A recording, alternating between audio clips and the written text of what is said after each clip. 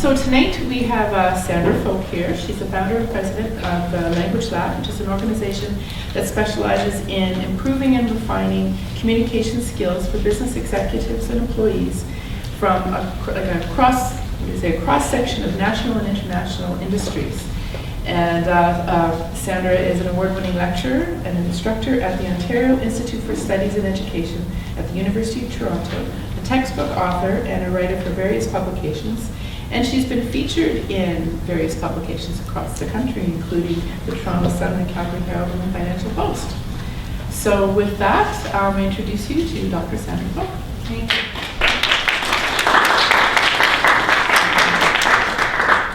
Thank you very much, and thanks for inviting me to be here. I have to say how I got here is Berna was found me on the internet because of the work that she does with people of a different culture. And so she was asking me if I could help improve the writing skills of some of these people who write reports for her organization. So that's how I got here. We never had met actually face to face until I invited her to a meeting of an organization that I belong to. So here I am, and she asked me if I would do a presentation on cultural diversity and looking at how you deal with people for whom English is not their first language. And given that you're editors, in my work as an author, I've worked with editors, but not this many.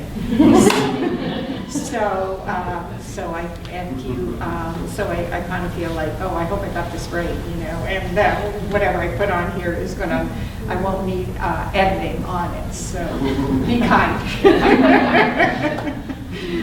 So what I want to look at tonight is looking at how you work with people who are ESL professionals and help them, and also looking at cultural diversity in the workplace.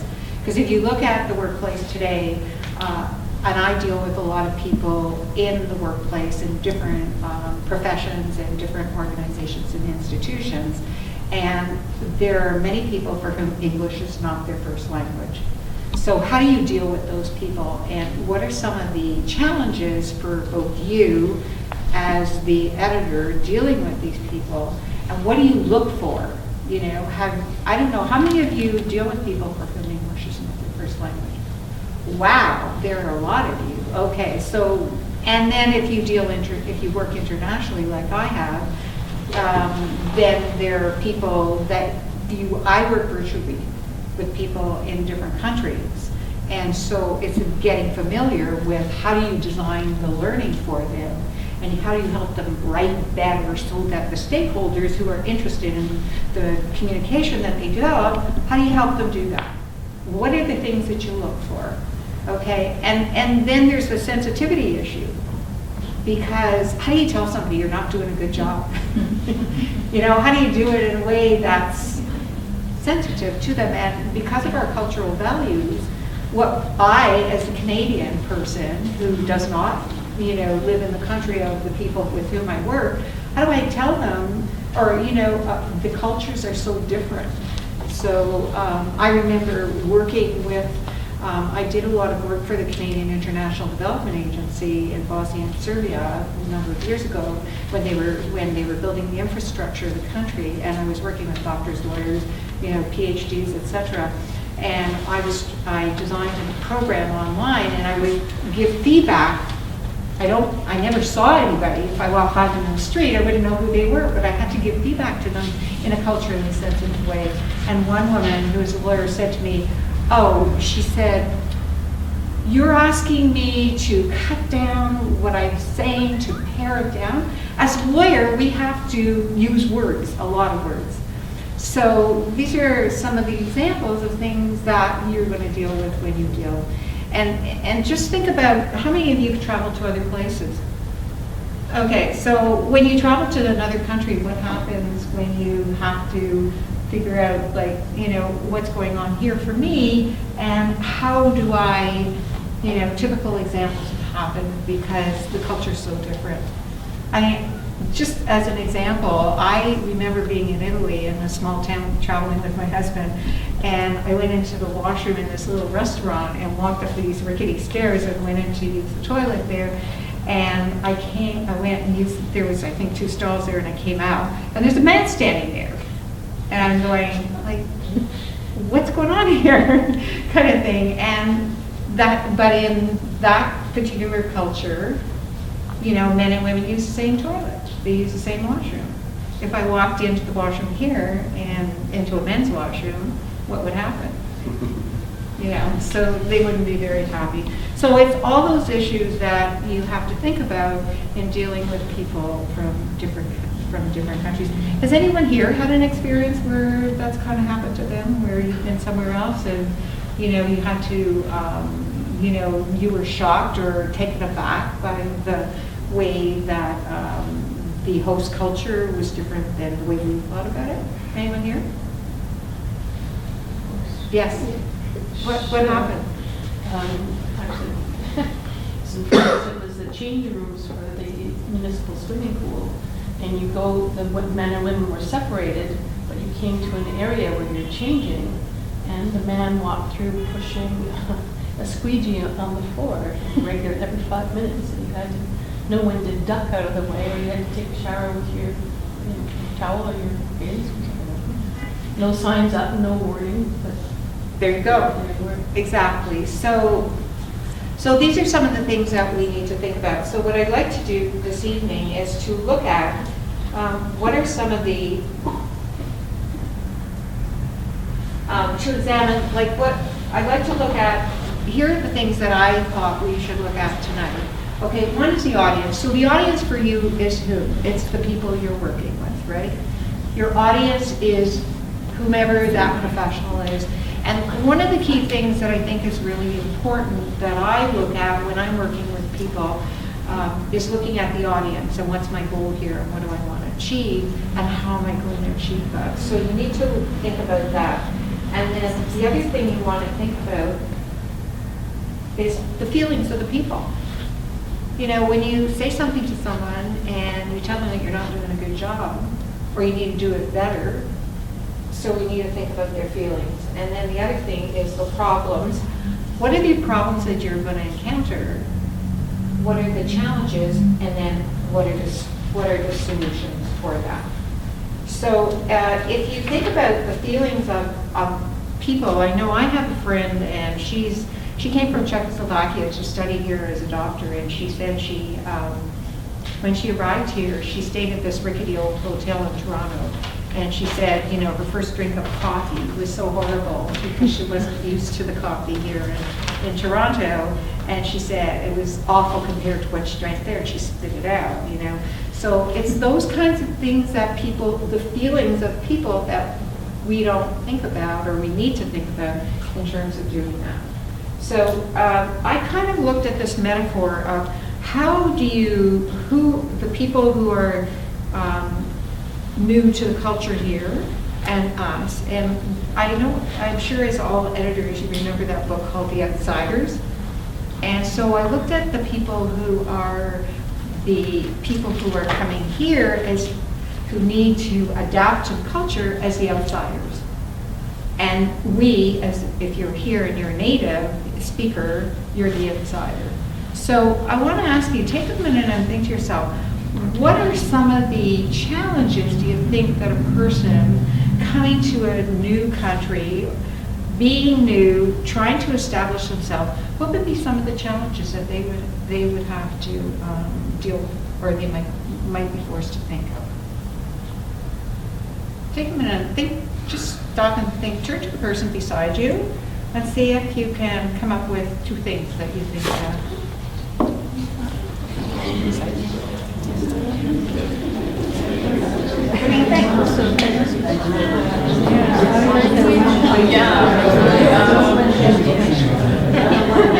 I mean, that's the big one.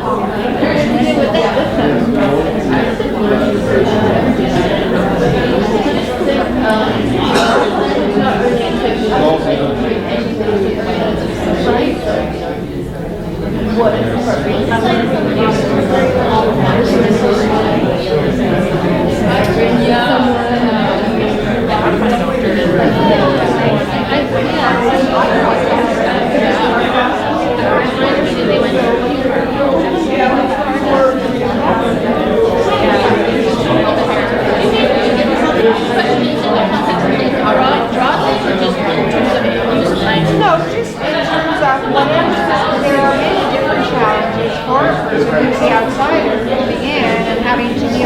if you're a professional in the health world, you as an editor are dealing with those people, what do you think your challenges will be for them?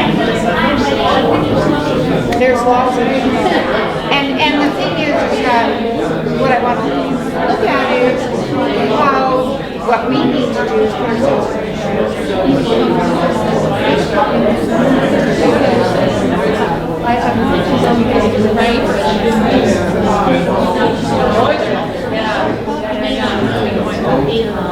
Well, I've been told you've been so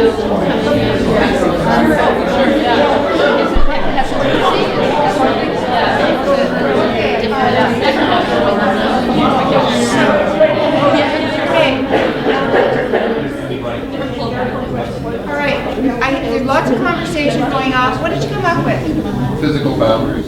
Physical boundaries, okay. Anything else? What else? government forms. Government, okay. Anything else? Signage. Okay. Handwritten sentence. Yes, you're right, that's true. And yes, Eye contact, and other cultural norms like that. so cultural norms. Well, right. Well, I mean, like in some cultures, looking people in the eye is considered rude. If I go to a job interview here and I'm looking at the floor, I'm probably not going to get the job. That's true, you're right. Anything else that you came up with that was different than any other challenges? Like social etiquette, like Social. so subway walk left stand right, we do that here. People don't do that, we get all the fluff about it. Yes, right, exactly. That's true, yes. Some people don't trust the police. I'm sorry, could you say that again? Some people don't trust the police. They don't? So they Yeah. wouldn't ask them a question. Right, you're right. Or anything else? Yes, you were going to say something. Just the whole notion of connecting, you're talking about tone and humor, like when your humor doesn't match. Exactly, so there's a huge issues like that. Anything else that you've come up with? Okay, so there are a variety of different things, and what I, like, if you, has anyone here ever been, come to Canada and been new here, where you have, you're shaking Been your- here for a month. For a month? Language, a big language barrier, lovely, but. Where did you come from? I'm from New Zealand and I was living in China before that. Okay, and when you were living in China, what did you find? Well, a whole lot of things. For Something example? one thing that springs to mind is, I guess the social use of language, like even if your communication level is okay, like things that it's appropriate to say to people when you're meeting them, like, you know, in China people say, oh, you're really tall, or, oh, you're really pretty, or, oh, you're really white, or like, oh, you're kind of fat. Like, you know, like, this is the kind of thing that's normal to say to somebody face to face, even if you don't know them very well. So, you know, social, like those kind of linguistic norms can vary a lot. Yes, they can, and in the workplace, they can really have a huge impact on you when you're working with colleagues in the workplace, or you're dealing with somebody who is a client or a customer, or somebody who's an author. As editors, you know, you're dealing with authors, so there's all those issues. You had your hand up. Is there, what you were going to say? Just that I came to Canada actually many, many years ago from Britain. Yes. I lived in Denmark for a year, so I've lived in various different places, and I'm actually very comfortable being an outsider. But I think in many respects I can be comfortable here as an outsider because English is one of the main languages of Canada. Yes. I've worked a lot with immigrants and refugees, and just seeing the issues that people have when they don't have that language. It's really challenging. And there are lots of things that I had to get used to. I still get people commenting on my accent, which they think is okay. And I think, oh, it's really not okay to comment on someone's accent, but just kind of pointing out that difference to you. And for me, being from Britain, it's not a big deal for somebody to point out those differences. But I think when people are coming with a whole host of differences, and they're being pointed out in not so subtle ways, it's really challenging. It is. Have any of you ever been an ESL teacher? What did you find being an ESL teacher? Who did you deal with? Who It was ESL history. Okay, and the people? They What were cultures? students, just about any culture. And so the two problems, one problem, one strength, is that cultural problems back home were carried into the classroom. Ethiopian students did not like Jamaican students, and this pertained to probably the Okay. subculture. But the strength is they usually came, they all came from cultures which teachers generally get far more respect. That's why I walk in here. and Yes, quiet. they do respect you as teacher. You're right, they do. And so if you have the strength and limitation, how to overcome the barriers will simply be to repeat what I said in the whole words. Yes. That really opened up distances, or closed distances. Yes. Carolyn, you had your hand up. Yeah, I've been an ESL teacher since. What were the cultural groups that you dealt with? Everywhere, Everywhere. all over the world, on all levels. Toronto, it's Toronto. Toronto's Look at multicultural. everybody. That's true. So you're going to deal with lots of different people with different cultural values. And I think that's the, challenging for them that you look at. I have taught English to Canadians too. And, it's kind of interesting because I remember at one point I taught women they were Asian, Chinese women who were very polite and they won't ask you anything as your teacher. And there was a woman in the class, and toward the end of the program, I said to her, "Would you like a lift home?" And I found out that she lived right near me, near almost 5 minutes from my house. And I said, "I would be happy to have driven you home before." And she sort of got very embarrassed because you don't ask the teacher for things like that. But that's part of the culture, whereas I would, it's fine. Okay, so I'll drive you home. So these are the things that we look at that we need to consider.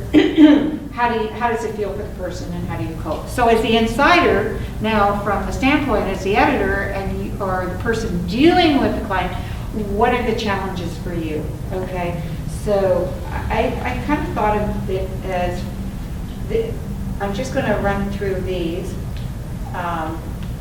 But for the insider, here's understanding the complexities. So here are some of the things that understanding the cultural complexities of the people with whom you're dealing. And then I think what's really key, because you're an editor, and I know as editors you need to make sure that people write with clarity. I've had my experiences with editors, and they are, they want you to be clear in how you write. So I think for me, as I thought about it, it's really important to illuminate rather than complicate when you're giving them feedback. That's really critical. And then the other thing I thought of is to empathize and not judge. So if you can think about those things as the challenges for yourself, and then how do these manifest themselves?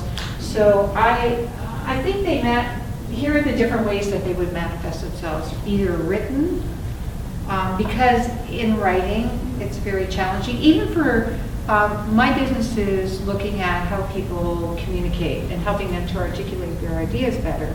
And I think that in written it's much more challenging than it is in spoken. Would you agree? What do you think? Any thoughts on that as editors? People tolerate spoken errors more easily. Right. We tolerate the spoken errors more. The written, we don't. So, and there it is in front of you. It's glaring. It's black and white. So that's part of the problem that we deal with, is how do you help people deal with the written communication? And then there's the nonverbal, the body language. How do you deal with that? So we need to be cognizant of all those things when we're dealing with people for whom English is not their first language. And particularly because you're giving them feedback, which is very sensitive. And then the cultural issues, because we really need to know what are some of the cultural issues. So I've done a lot of work with people for whom English is not their first language as a teacher. I was an ESL teacher in my every life, I call it. And I also have worked with people, I have taught at U of T in the Faculty of Education, and I have students who want to come here to Canada and they're looking for a job and they need to upgrade. So they need to improve their English communication. And then the other is I work with people now in my business on helping them improve their English, their written English. So so there's all these pieces of the written, the verbal, the nonverbal, and the cultural. And the other thing that I want to mention to you, I do work with people who are French Canadian. And it's very interesting because when you deal with people who are French Canadian from Montreal, it's kind of like, and English is and French is their native tongue, and they don't speak English very much. It's kind of like dealing with somebody from a different country. I don't know, have any of you dealt with French Canadian? Okay, what did you find? What happened for you? I'm curious to know. Can you share? I did feel like an outsider when I moved to Toronto. I did not, and I'm from near Ottawa. I'm not even from, for there. I'm from near Ottawa. So, but I thought my sister's been living in Toronto I've been here 10 years, she's been here about 20. We still consider ourselves Quebecers. We're still not from here. Where are you from? Near Ottawa. On the Quebec side. Near Ottawa on the Quebec side. Not from Montreal. My parents are from Montreal, but they moved. So I'm not a real Montrealer. So, but it's still, I am not from Ontario. I'm still from Quebec. And it's not a different country, but it's definitely a different culture, I think. And I'm, say French Canadian, still very bilingual though, but I'm not the same. And I'm not the same as a Franco-Ontarian either. That's a whole other culture, I think. Somebody correct me. No, I was speaking Montreal. Different levels of cultural intensity, figures are famous for Quebec culture. I'm sorry, go ahead. Different levels of cultural intensity. Yes. Figures are famous for Quebec culture, sometimes less so. And historical intensity, because the War Measures Act of 1970, that's more important in Quebec history. Yes. Than English Canadian history takes up more space. Yes, and so there's different perspective. Yes, go ahead. I'm from Montreal, I'm a Francophone. When I was taking social studies, so our textbooks would say Geography of Quebec and Canada, History of Quebec and I taught that course.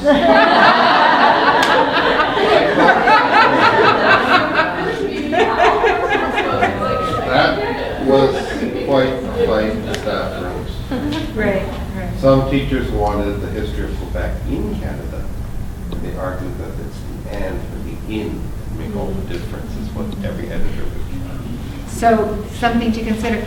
It was very interesting. I just finished about 2 months ago working with a gentleman who lives in Montreal. He's French Canadian. His first language is French, not English. And he contacted me via the internet. He found me, and he said, "I need help with English." He said, because I've been hired by an American company to be the national sales manager in Canada. And I have to travel across Canada, and I have to deal with people in English. I can't speak French. And so I worked with him when he came to Toronto. When he'd fly into Toronto, I'd meet him at his hotel, and I'd spend time working with him. Or if he was traveling, he'd send me an email, and I would send him, give him feedback on what he was working on. And he said to me, Sandra, he said, in French, we like to use a lot of words.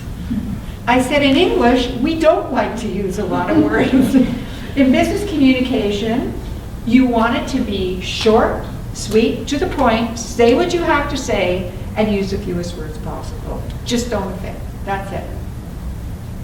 Do you agree? Okay, so that was the difference between, what a huge difference. He said, we like to draw the words and use more words, etc., etc.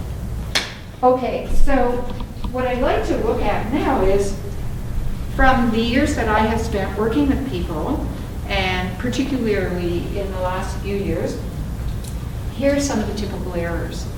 So as an editor, I think these are some of the things that you want to be cognizant of. First of all, the articles.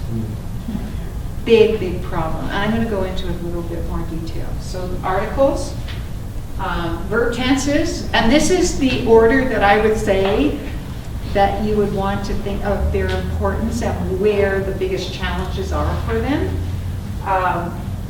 The verb voice, even the native Canadians who I work with, they like to use the passive voice instead of the active voice, which I'm sure you deal with. Prepositions. How many of you dealt with people who English is not their first language and now prepositions are the biggest problem? They use on instead of in, they use for instead of at, okay, you're shaking your head.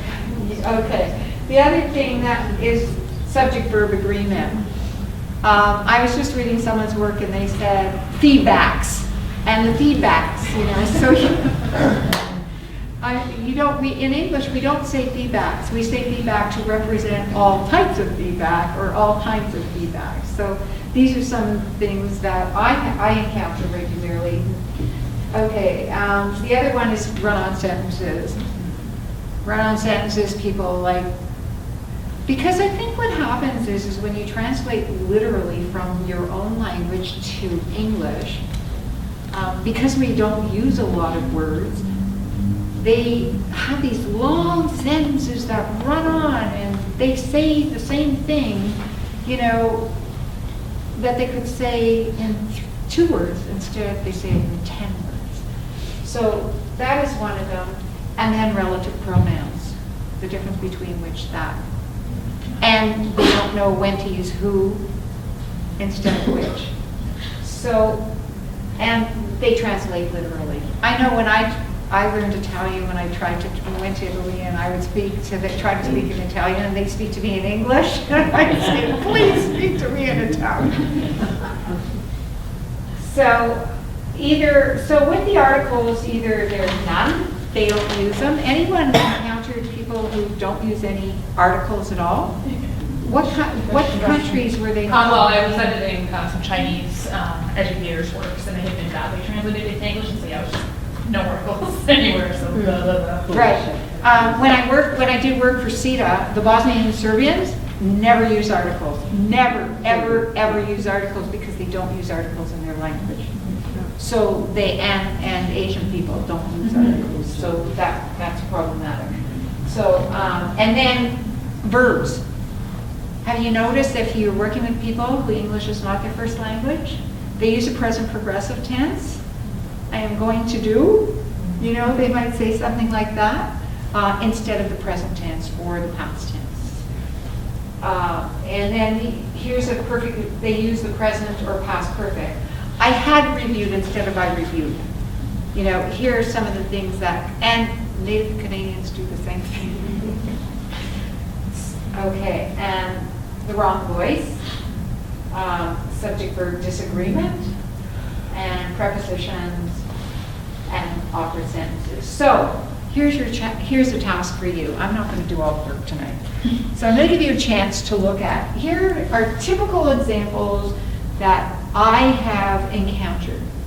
Okay, so I want you to take a look at some of these sentences or short paragraphs that were constructed by people for whom English is not their first language. So as an editor, I want you to think about what are the errors here, and how would you give constructive feedback, thinking about the feelings of the people, thinking about, how would you say this in a positive way to help them improve and not offend them. Okay, so what I'd like you to do is take a look at, so these are particularly problem examples to deal with articles. So what you can do is you can turn to the person beside you, think about, okay, what would you do if you were how would you take this sentence? What's the problem here? How would you take the sentence? And what would you say to the person if you were going to give them feedback? Okay, go for it. I'm going to give you just a couple minutes and then we're going to move on.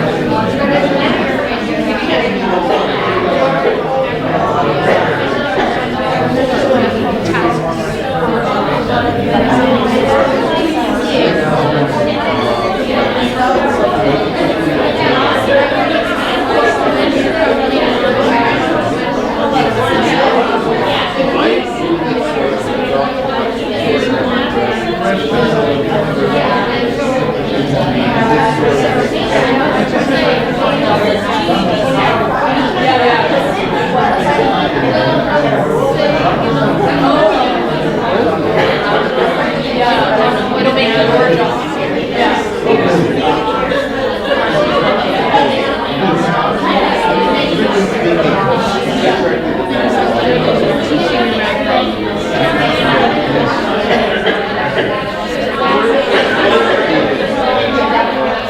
I think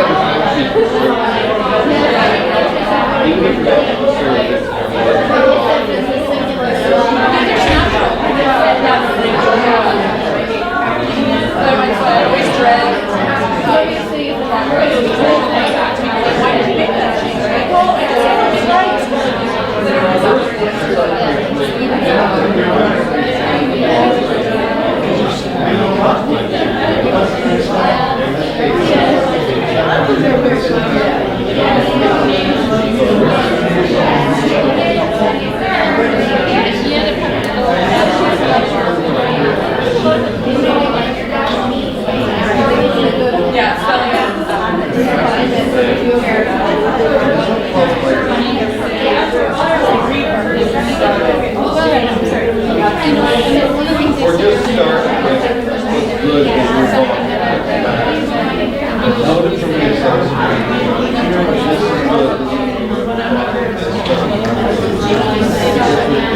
That was part of the work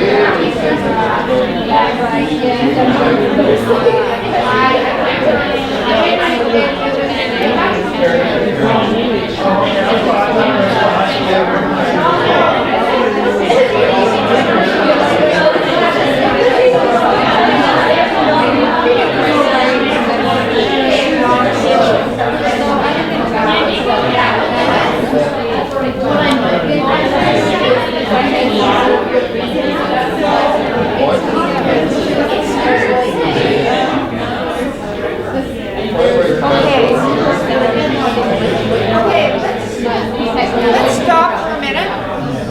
Okay, first of all, it's obvious the articles are missing. We all know that. The key thing is here, what do you say to them in writing, not in speaking?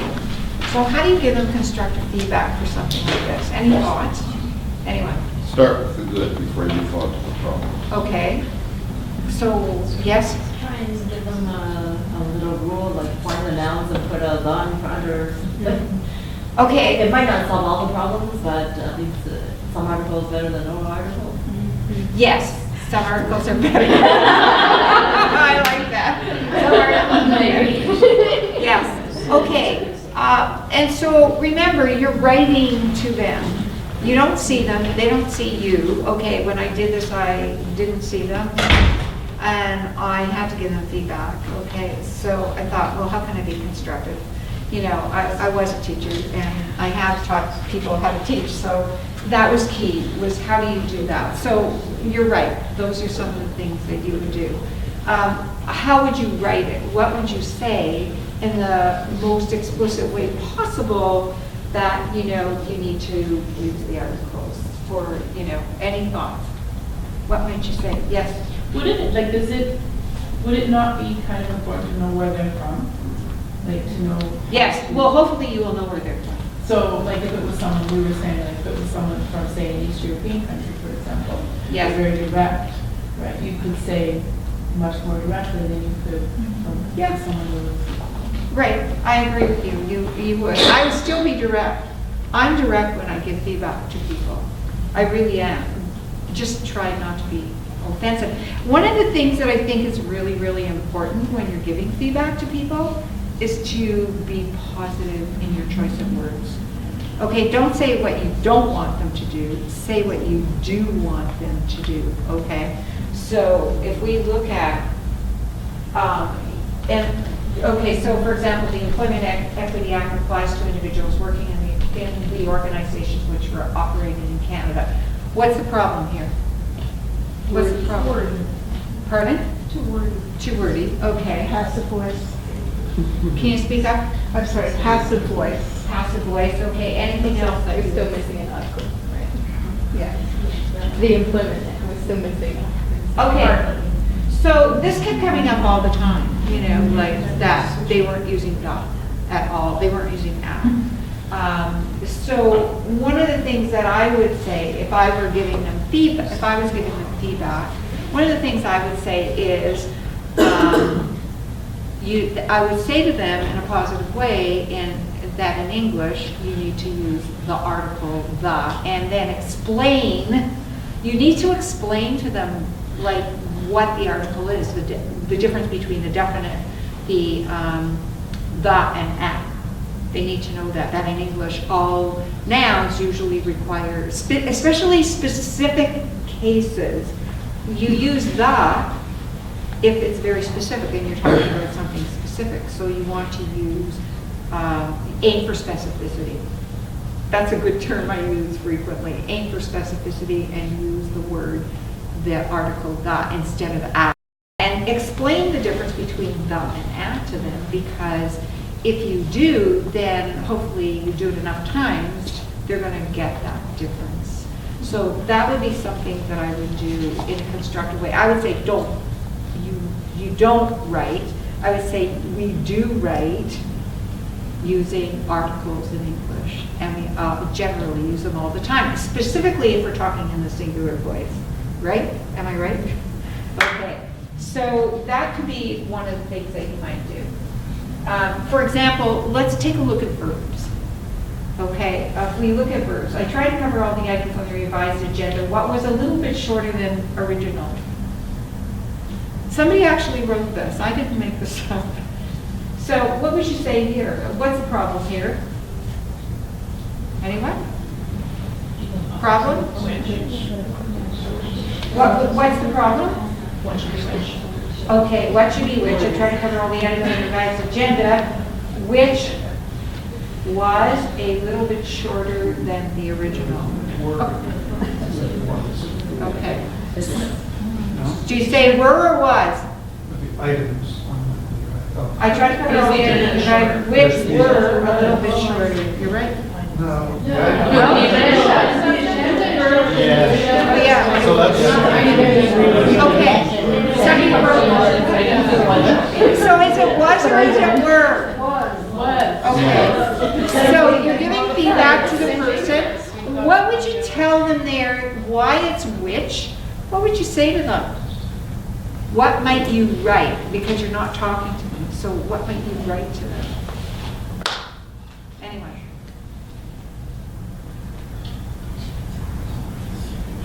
Any thoughts?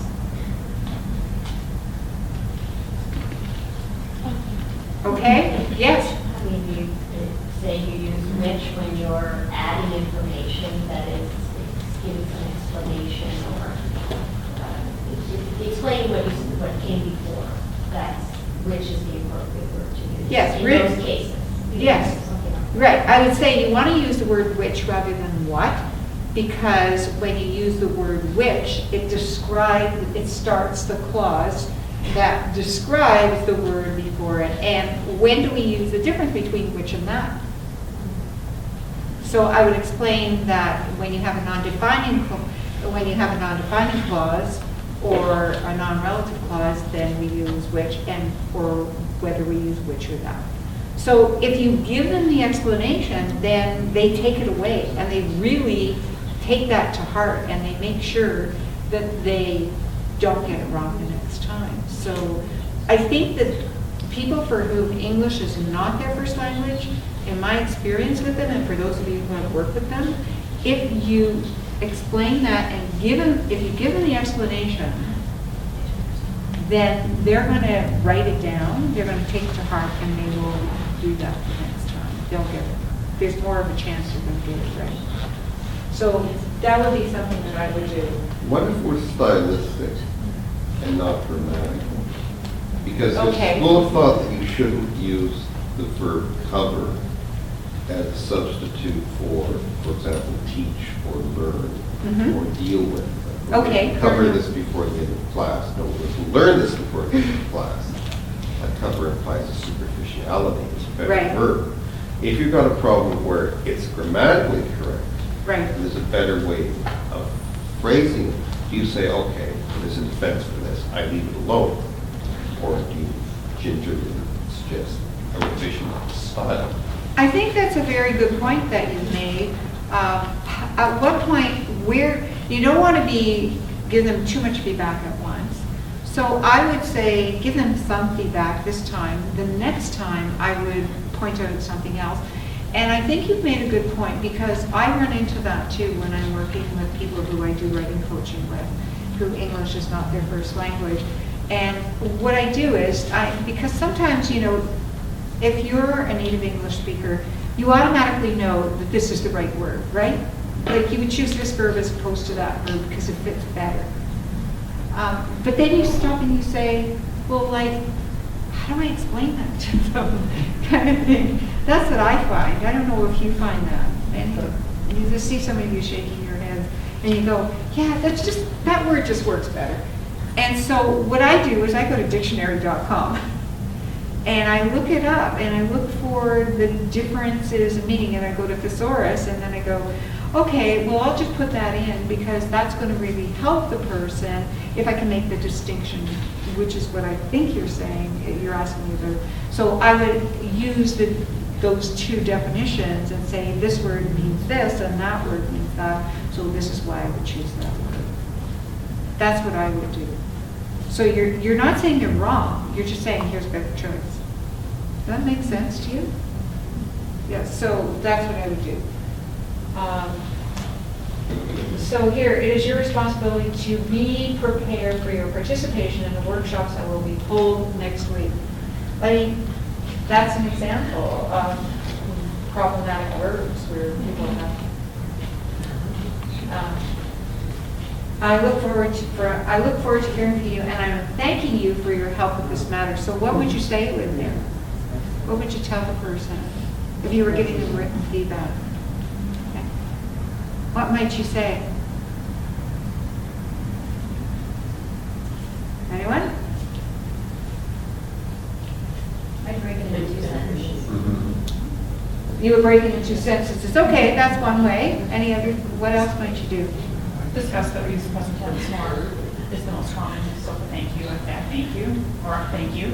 Yes, the thing that I would say here, I would say point out that in English we like to use parallel structure in sentences, and so the explanation that I would offer them is that the conjunction and, when you have that, you need to have the verb on one side of it exactly the same as the verb on the other side of it. So that's what I would say. I look forward to hearing from you, and I thank you for your help this time.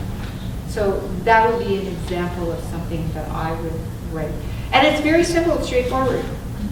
I've just told them what they should do that could be right, rather than telling them that it was wrong. And I wouldn't say anything about being wrong, because nobody wants to hear they're wrong. So I think that that's probably better. Our goal is to create a proposal that will be encouraging the acceptance of our solution as being the best possible. So what are you going to say here? Okay, because there's a lot of errors here, and you want to be explicit. You want to give them feedback. What are the key things that you would point out here in order to give the person feedback? What's one problem?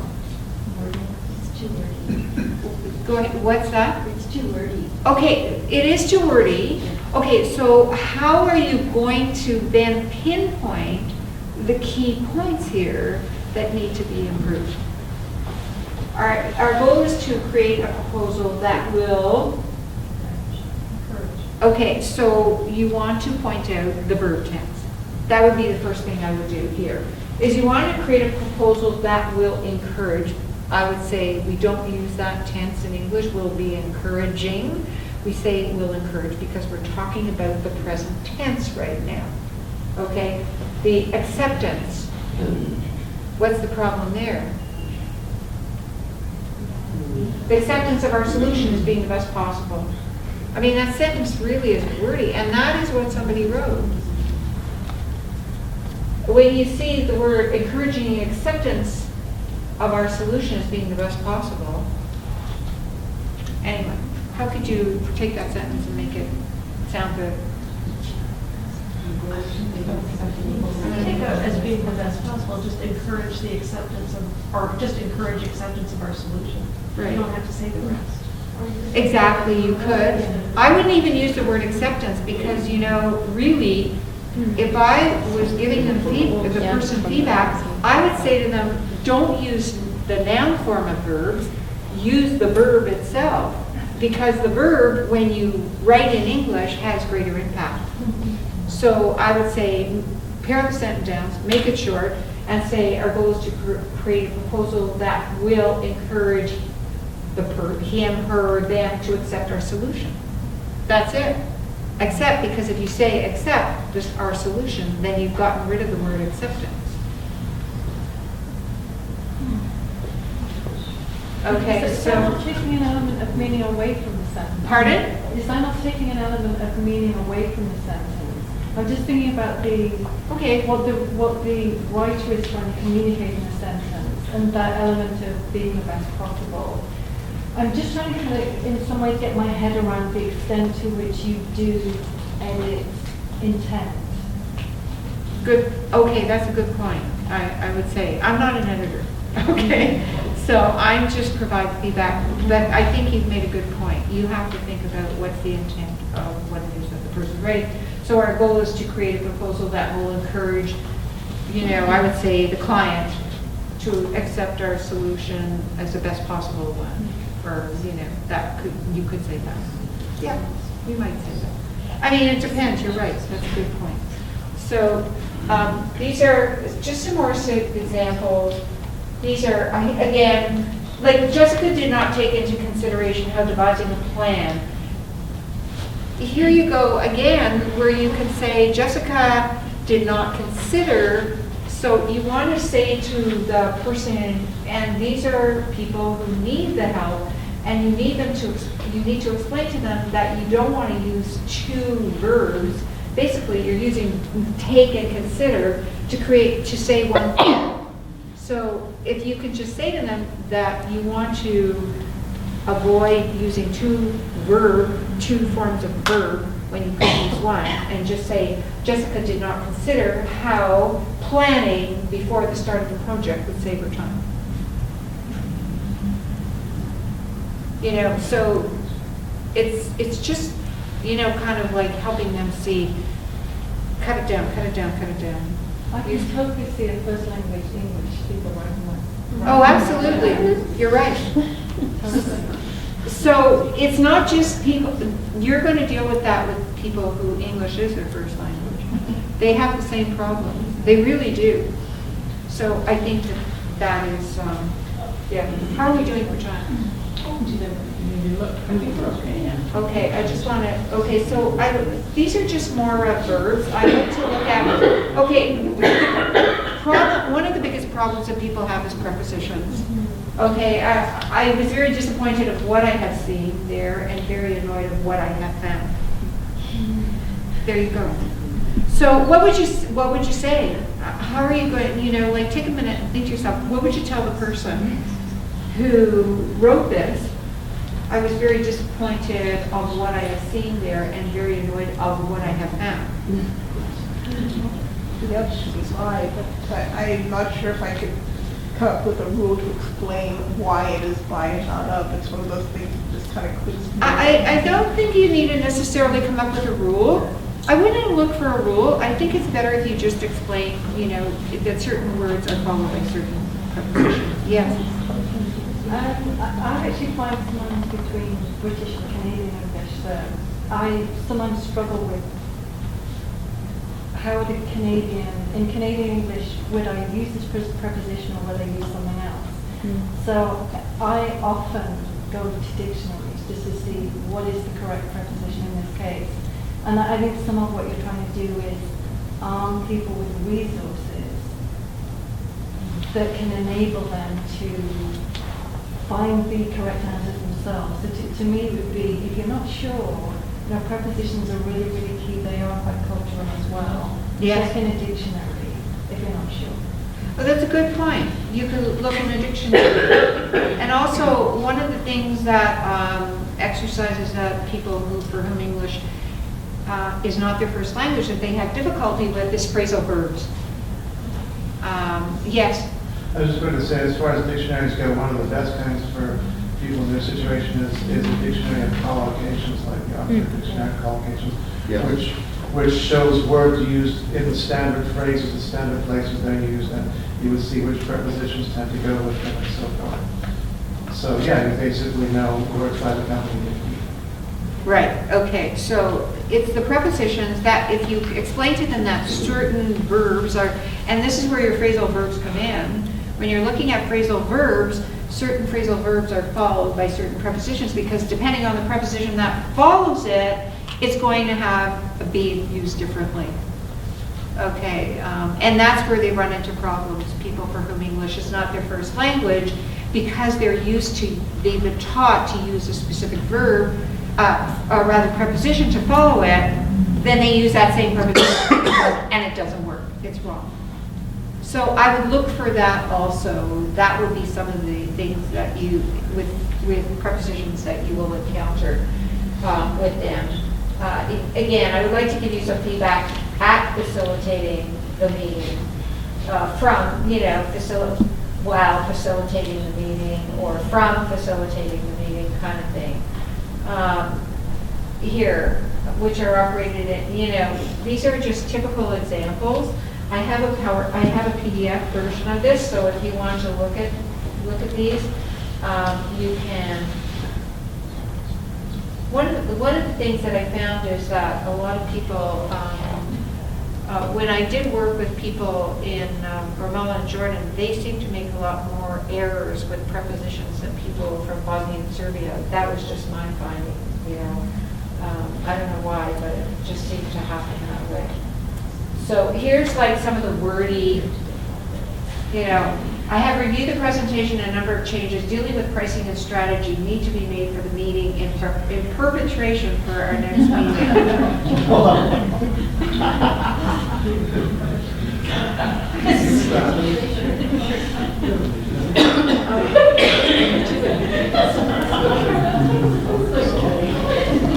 You know,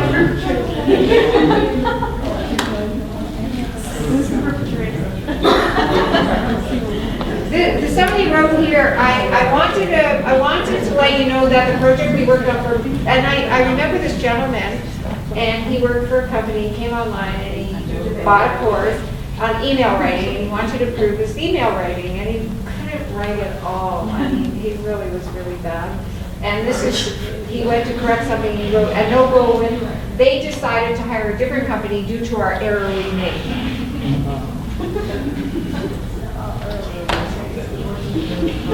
So what do you say to this man who's actually written this sentence? You know? So think about that. What would you say? You want to tell him that he didn't do a very good job. You need to correct it for him so that he knows what he needs to do for the next time. So that's, I would say, I want to let you know, I would say, first of all, you need to, if I was giving feedback, I would say, first of all, you know, one of the things you want to do is you want to avoid long run-on sentences in English. And in your business writing, because business writing is very direct, it's very specific, so we want to, I would say, I would create 2 sentences from one. That would be the first thing I would say to them. Okay, because shorter, and my explanation would be that shorter sentences have greater impact and they're more direct. and your client will thank you if you do. So that would be something, and so I would say I want to let you know that the project we worked on for the month is still not acceptable.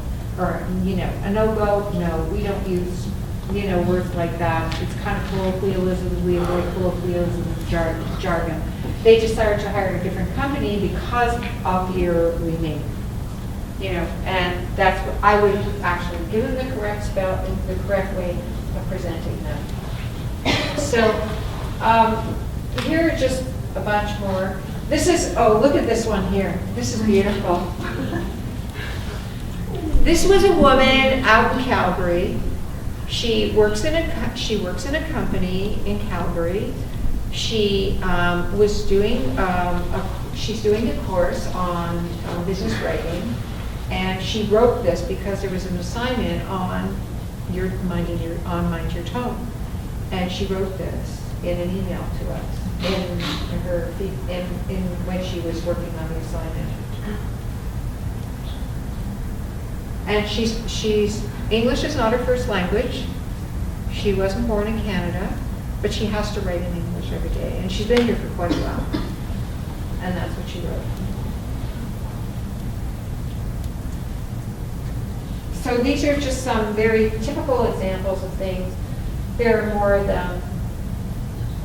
Some person, instead of saying she thought, wrote she taught this woman was her mother.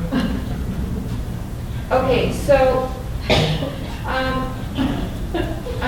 I want you to think about, here are just some of the things that you as an editor have to be sensitive to and aware of, some of the problems that you're going to encounter and how do you provide feedback.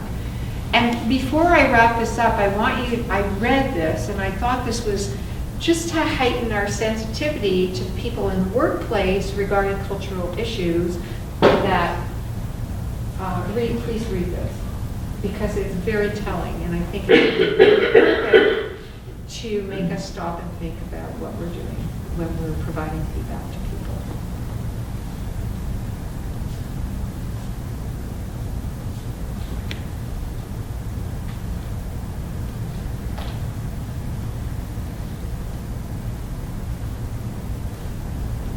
So please keep that in mind. That's my parting message to you. Keep that in mind when you're dealing with people who are in your workplace or people who you provide feedback to. And think about that. And then the last thing I want you to think about is the solution, some of the solutions for yourself. What are they? What can you do? And how do you give feedback? So if you think about those three things, when you're working with these people, I think that would be really important too. So on that note, I'd like to end because I hope I've provided you with some solutions of what you can think about and how you might give feedback to people as my audience, because they're your audience, okay? So thank you very much, and thank you for inviting me. And